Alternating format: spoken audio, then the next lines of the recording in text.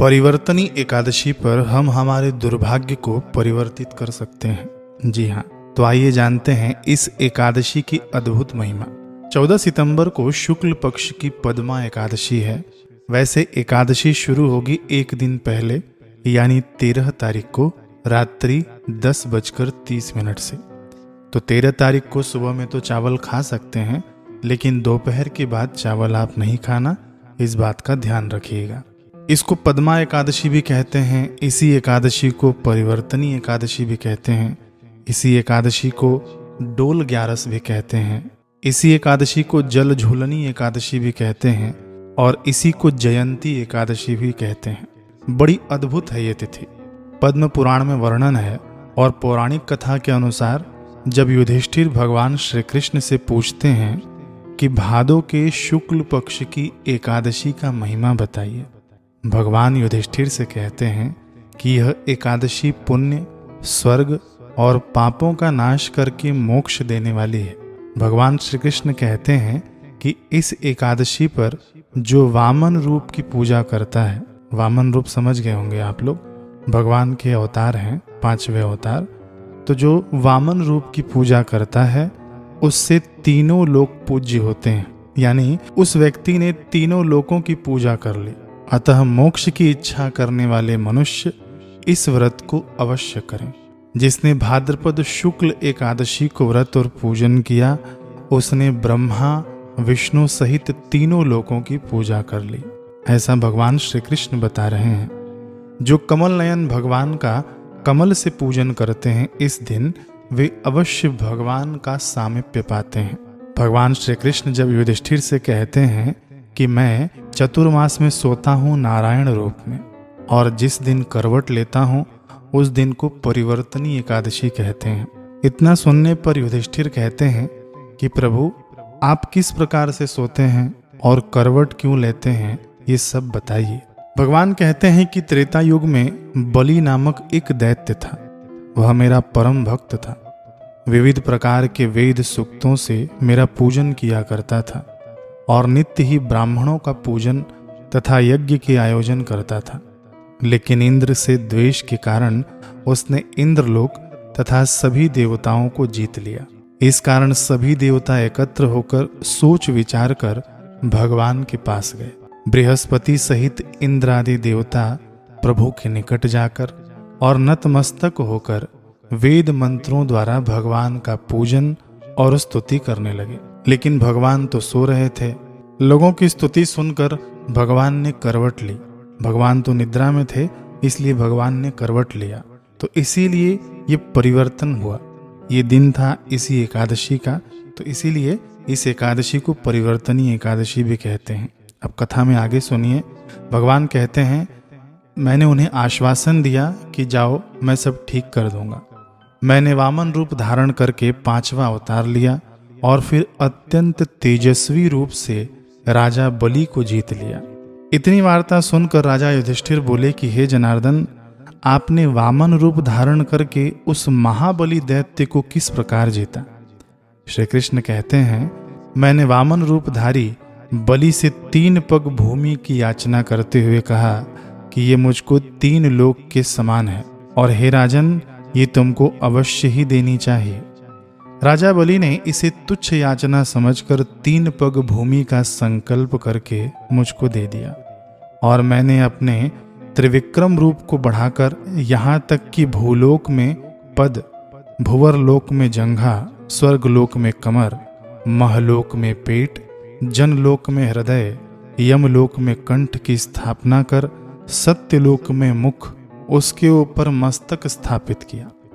सूर्य चंद्रमा आदि सब ग्रह गण, योग, नक्षत्र, इंद्रादिक देवता और शेषादिक सब नाग गणों ने विविध प्रकार से वेद सूक्तों से प्रार्थना की। तब मैंने राजा बलि का हाथ पकड़कर कहा कि हे राजन, एक पद से पृथ्वी, दूसरे से स्वर्गलोक पूर्ण हो गए।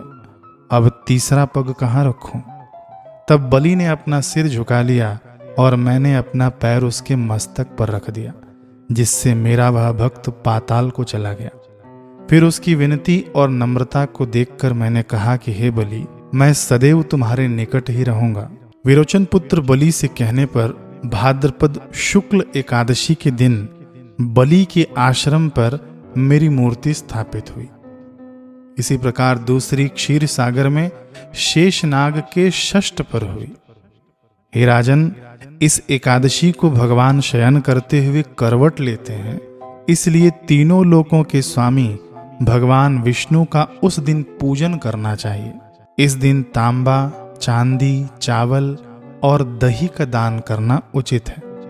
रात्रि को जागरण अवश्य करना चाहिए जो एकादशी व्रत करते हैं। जो विधि पूर्वक इस एकादशी का व्रत करते हैं वे सब पापों से मुक्त होकर स्वर्ग में जाकर चंद्रमा के समान प्रकाशित होते हैं और यश पाते हैं। जो पाप नाशक इस कथा को पढ़ते या सुनते हैं उनको 1000 अश्वमेध यज्ञ का फल प्राप्त होता है। तो देखिए, अभी तक जिसने भी ये कथा सुन ली, इस वीडियो के माध्यम से भगवान श्री कृष्ण के कैलकुलेशन के हिसाब से उन्हें 1000 अश्वमेध यज्ञ का फल मिल गया। एक और कथा है पद्म पुराण में, वो आपको एकादशी के दिन या उस दिन एक दिन पहले मैं इस वीडियो में अपलोड कर दूंगा। वो दूसरी कथा है, अभी मैं वो कथा भी पढ़ूंगा तो वीडियो लंबा हो जाएगा। अब देखिए, अगले ही दिन वामन जयंती आती है। इस एकादशी के अगले दिन वामन जयंती आती है। कई लोग कंफ्यूज हो जाएंगे कि वामन जयंती तो अप्रैल और मार्च में भी आती है, चैत्र मास में। वर्ष में 2 बार वामन द्वादशी आती है, आप लोग कंफ्यूज मत होना। देखिए, इसी दिन यशोदा माता ने कान्हा के जन्म के बाद उनका जल या घाट पूजन किया था, अतः इसे डोल ग्यारस के नाम से भी जाना जाता है। अब देखिए, इस दिन वामन भगवान के पूजन की महिमा है। भगवान श्री कृष्ण ने बताया और हमने सुना अभी कि जो इस दिन वामन भगवान की पूजा कर लेता है मानो उन्होंने ब्रह्मा विष्णु महेश का पूजन कर लिया, त्रिलोकी का पूजन कर लिया। तो ये पूजन कैसे किया जाए मैं बड़ी ही सरल रीति से बता देता हूँ और आप लोग कर भी लेंगे घर पे। ये प्रत्येक गृहस्थी कर सकें इस प्रकार से मैं अभी पूजन बता दूंगा। देखिए, सबसे पहले तो आप अपने सामने एक सुपारी रखिएगा, थाल में या कटोरी में, और हाथ जोड़कर सुपारी के सामने बैठ जाइएगा और प्रार्थना कीजिएगा कि भगवान आप सर्वत्र हैं, मैं आपको इस सुपारी के माध्यम से आपकी पूजा कर रहा हूँ। भक्त प्रहलाद ने तो खंभे में भी आपको देख लिया, मीराबाई ने तो जहर में भी आपको देख लिया, और आपने ही स्वयं कहा है कि वासुदेव सर्वम, भगवान ही सब कुछ हैं, भगवान ही सर्वत्र हैं। तो इसलिए हे प्रभु, मैं आपकी पूजा कर रहा हूँ। इस सुपारी में भी आप हैं, आप ही का वास है। मेरी पूजा आप इस सुपारी के माध्यम से स्वीकार करिएगा। फिर आप सुपारी को वामन भगवान का रूप मानकर उसकी आप पूजा प्रारंभ कीजिएगा। सबसे पहले शंख में जल ले लीजिए और उससे भगवान को स्नान कराइए। फिर दूध ले लीजिए, कच्चा दूध होना चाहिए, फिर उससे भगवान को स्नान कराइए। फिर से शंख में जल लेकर स्नान कराइए। समझ गए? 3 बार आपको स्नान कराना है, पहले जल से, फिर दूध से, फिर जल से।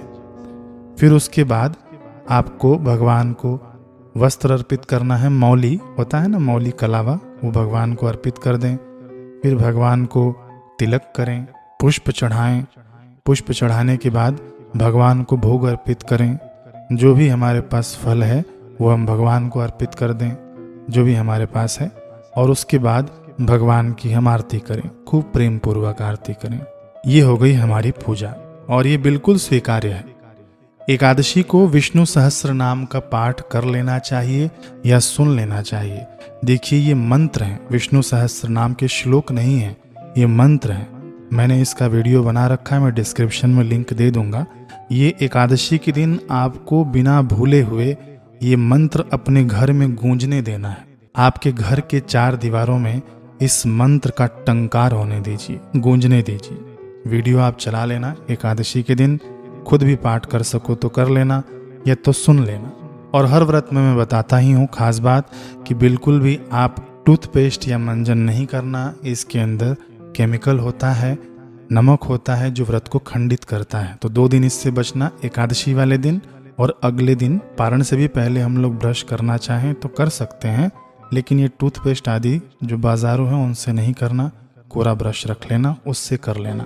और यदि किट चाहिए एकादशी का तो मैं डिस्क्रिप्शन में दे दूंगा लिंक, वहां से आप लोग देख लेना। पारण का समय होगा 15 सितंबर सूर्योदय से सुबह 8:34 तक। इसी बीच में आप लोग पारण कर लेना।